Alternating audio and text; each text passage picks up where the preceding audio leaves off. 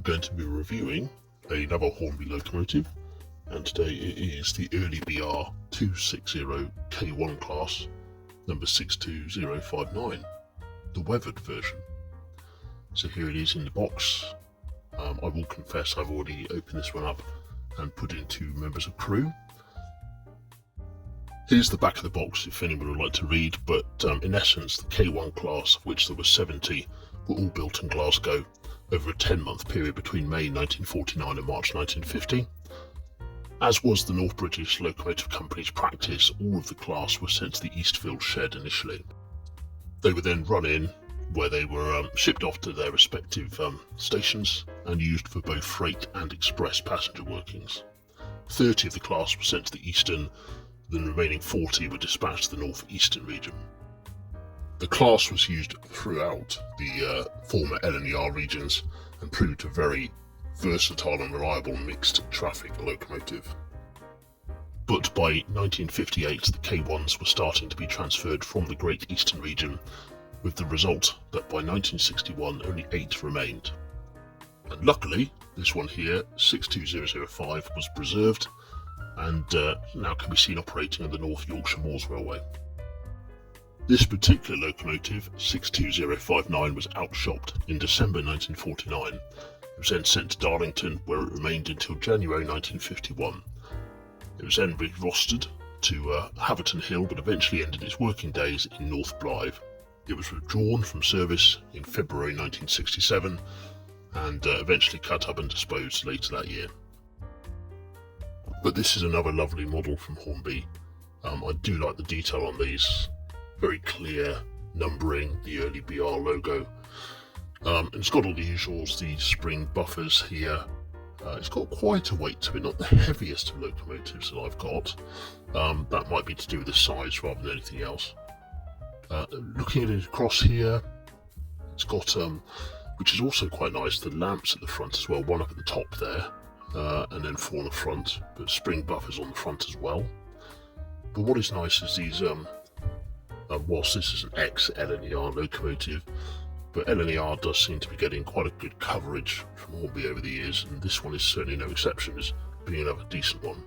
You can probably just see inside the cab there, not the best of shots, but I have put 2 backman figures in there.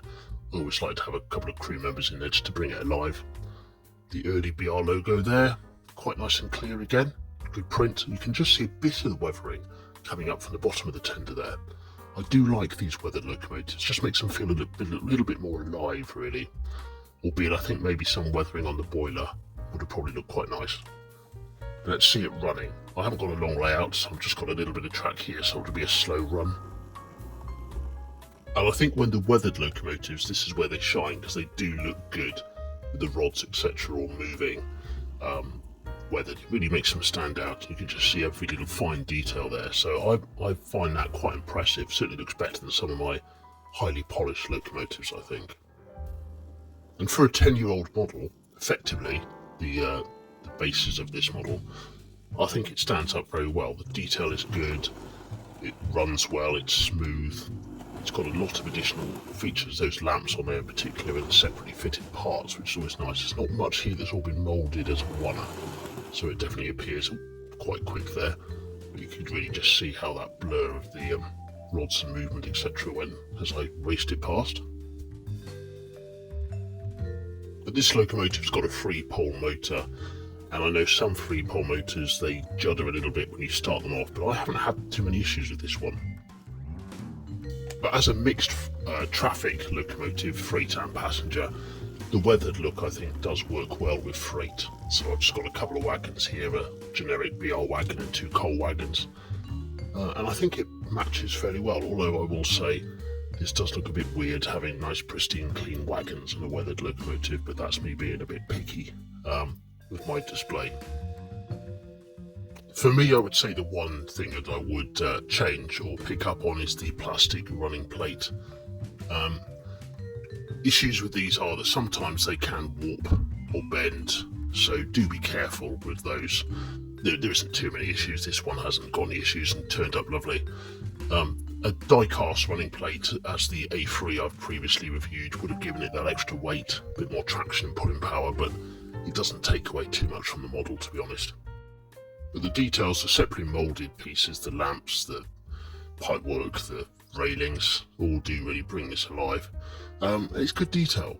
It's good mechanisms, certainly stood the test of time for the 10-year-old model.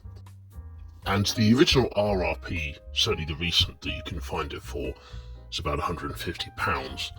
I got this for about £75 on eBay, and that for me is a really good deal. Even the RRP, I think, compared to some of the latest locomotives, is pretty good. Overall, this is a lovely little locomotive. Good value, works well, looks the part, and would be a great addition for anyone who's modelling the early BR period and wants a little mixed traffic locomotive.